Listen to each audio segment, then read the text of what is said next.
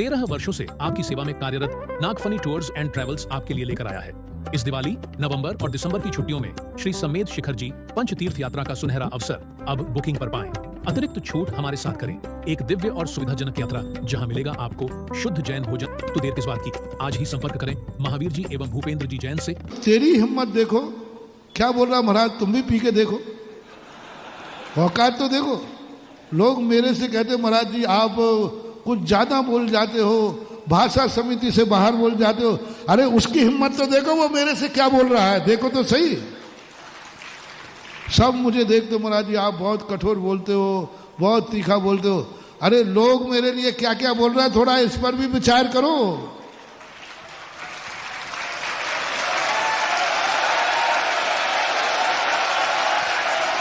साधु को, अब आपको साधु को थोड़ा गुस्सा आ जाए, महाराज जी आपको गुस्सा नहीं करना चाहिए। अरे भैया साधु गुस्सा जल्दी नहीं करता है। जब बिल्कुल सिर के ऊपर से दीपायन मुनि को एक बार में गुस्सा नहीं आया था, एक गाली में गुस्सा नहीं आया था, एक पत्थर में गुस्सा, लेकिन बिना कसूर के शराब के नशे में महाराज ध्यान में बैठे, वो कुछ बोल ही नहीं रहे, पत्थर पर पत्थर मारे जा रहे, गालियों पे गालियां दिए जा रहे। कायर है, नपुंसक है, हिजड़ा है, देखो कुछ बोल ही नहीं रहा, कुछ कर ही नहीं रहा, देखो और मारो, देखो कुछ हो ही नहीं रहा, पंगु है, कुछ कर ही नहीं सकता, कुछ इसके बस की बात नहीं है। ऐसी गालियां दे दे करके पत्थर मारते गए मारते गए। अंत में जब दीपायन गिरने ही लगे, इतने मारे कि वो बेहोश होने लगे। उन्होंने कहा अब तो सब कुछ चला ही जाएगा। उन्होंने कहा क्या समझ रखा है, अब सुनो दहाड़।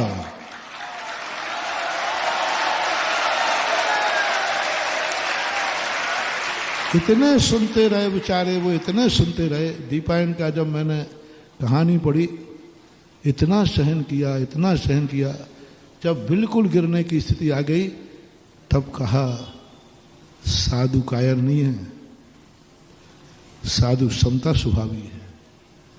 और फिर महाराज ने जो बैठकर कहा, लो अभी तक तो तुमने अपना क्रोध दिखाया है, अभी तक तो तुमने अपना क्रोध दिखाया है, पत्थर मारे हैं, अब साधु का क्रोध देखो, देखो साधु का क्रोध जिसे तुम कायर कह रहे हो।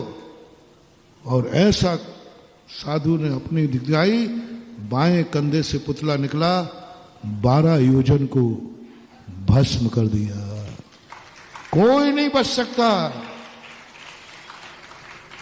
जब माता पिता को बलराम और अर्धचक्री नारायण माता पिता को निकालने लगे, तब आकाशवाणी होती है, नहीं तुम्हारे राजकुमारों ने मुनिराज को छेड़ा है। ये माचिस की काड़ी की आग नहीं है, ये मुनिराज के क्रोध की आग है। ये उनकी सहिष्णुता की चरम सीमा किया, कोई नहीं बुझा सकता। हजारों देवता लगे, देवता कुछ नहीं कर पाए। समुद्र का पानी उठा के फेंका गया, घासलेट तेल बन गया। माँ बाप को उठाकर भागने लगे रथ लेकर के, नहीं भाग सके।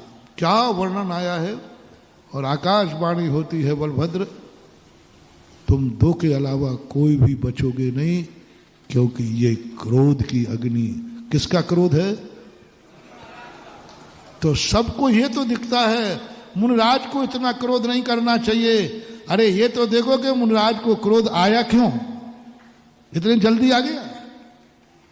सामने वाले ने इतनी अति की होगी, इतनी अति की होगी, तब कहीं साधु की आंखें लाल होती हैं। ठीक है, नहीं करना चाहिए। मैं ये नहीं कह रहा कि इस दीपायन ने अच्छा किया, लेकिन मैं ये कह रहा हूं सहनशीलता की भी एक सीमा। मैं ये नहीं कहूंगा कि दीपायन ने अच्छा किया, नहीं करना चाहिए, मर जाते, लेकिन क्रोध नहीं करना चाहिए। सवाल इसका नहीं है, सवाल इसका है कि तुम इतने भूल गए कि साधु है। साधु शांत बैठा है तो तुम कह रहे कि वो कायर है। साधु शांत ध्यान में बैठा है, नहीं बोल रहा है, तो तुम उसका गलत अर्थ निकल गए हो। यदि खुल गया एक शब्द निकल गया, तो दुनिया बर्बाद होने से बचेगी नहीं महानुभाव।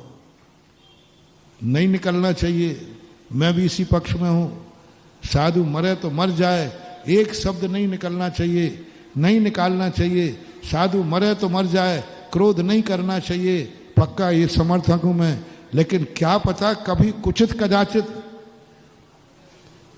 आंख लाल हो गई तो, कुचित कदाचित क्रोध आ गया तो बोलेगा नहीं, बोलना नहीं चाहिए। लेकिन कभी यदि एक शब्द भी निकल गया तो समझ नहीं पाओगे, फिर समझ नहीं पाओगे, बर्बाद हो जाओगे।